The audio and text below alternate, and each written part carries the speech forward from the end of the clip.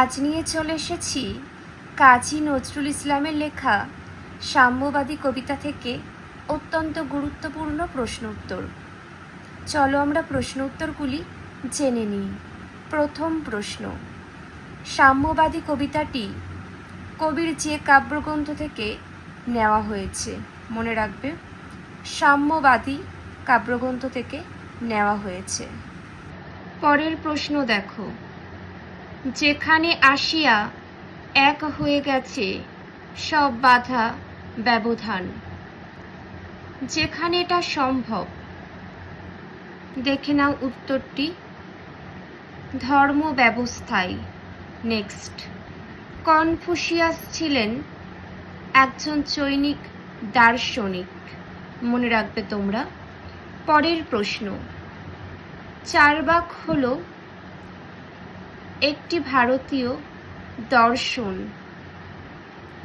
পরের প্রশ্নটি দেখে নাও, কোরআন হলো অপশান এ উত্তর। নেক্সট, ত্রিপিটক যাদের ধর্মগ্রন্থ? বৌদ্ধদের। পরবর্তী প্রশ্নটি দেখে নাও, 7 দাগের উত্তরটি অপশান ডি। নেক্সট, গ্রন্থ সাহেব যাদের ধর্মগ্রন্থ? শিখদের। নেক্সট, কিন্তু কেন খণ্ডশ্রম অর্থাৎ ধর্মগ্রন্থের জ্ঞানের সন্ধান। নেক্সট, দোকানে কেন এ দর কষাকষি? কবি এখানে বলতে চেয়েছেন যে অপশান বি এরটা উত্তর, ধর্মে ধর্মে বিভেদের কথা। নেক্সট, কবির মতে তাজা ফুল যেখানে ফুটে আছে পথে। পরবর্তী প্রশ্ন, পথে ফুটে তাজা ফুল, এই তাজা ফুল হলো সজীব হৃদয়। পরের প্রশ্ন, সকল কালের জ্ঞান যেখানে আছে মানুষের নিজের মধ্যে। নেক্সট, নিজের প্রাণের মধ্যেই যা খুঁজে পাওয়া যাবে, নিজের প্রাণের মধ্যেই খুঁজে পাওয়া যাবে সকল শাস্ত্র। নেক্সট, দেউল শব্দটির উৎস কি? দেবকুল। পরের প্রশ্নটি দেখো, সমস্ত দেবতার মন্দির হলো, সমস্ত দেবতার মন্দির কোথায়? সমস্ত দেবতার মন্দির মানুষের মনে বা হৃদয়ে। নেক্সট, মৃত পুঁথি কঙ্কালে যা খোঁজা উচিত নয় বলে কবি মনে করেছেন। কবি মনে করেছেন মৃত পুঁথি কঙ্কালে কখনোই দেবতা ঠাকুরের খোঁজ করা উচিত নয়।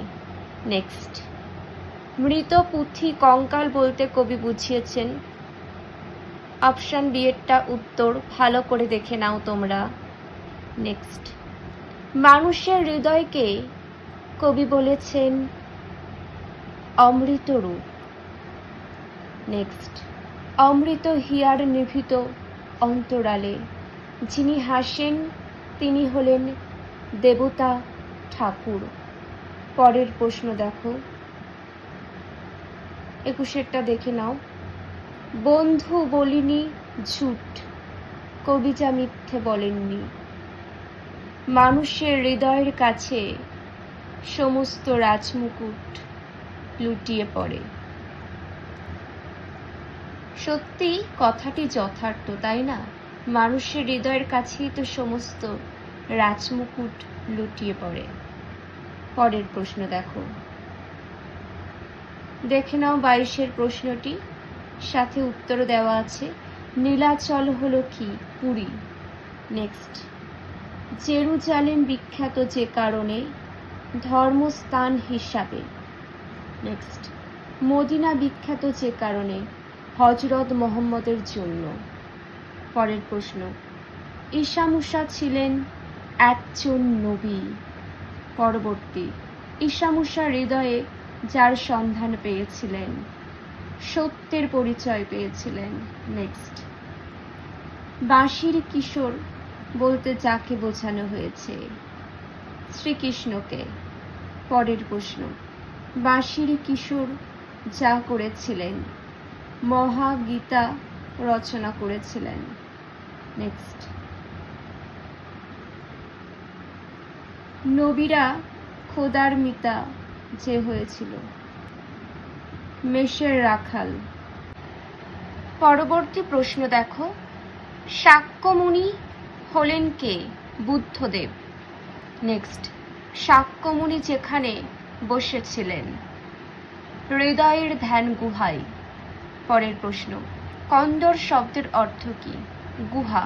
নেক্সট, 33-এর প্রশ্নটা দেখে নাও, সাথে উত্তরও দেওয়া আছে। পরেরটি, এইখানে বসি গাহিলেন তিনি, যা গাওয়ার কথা বলা হয়েছে, কোরআনের সামগান।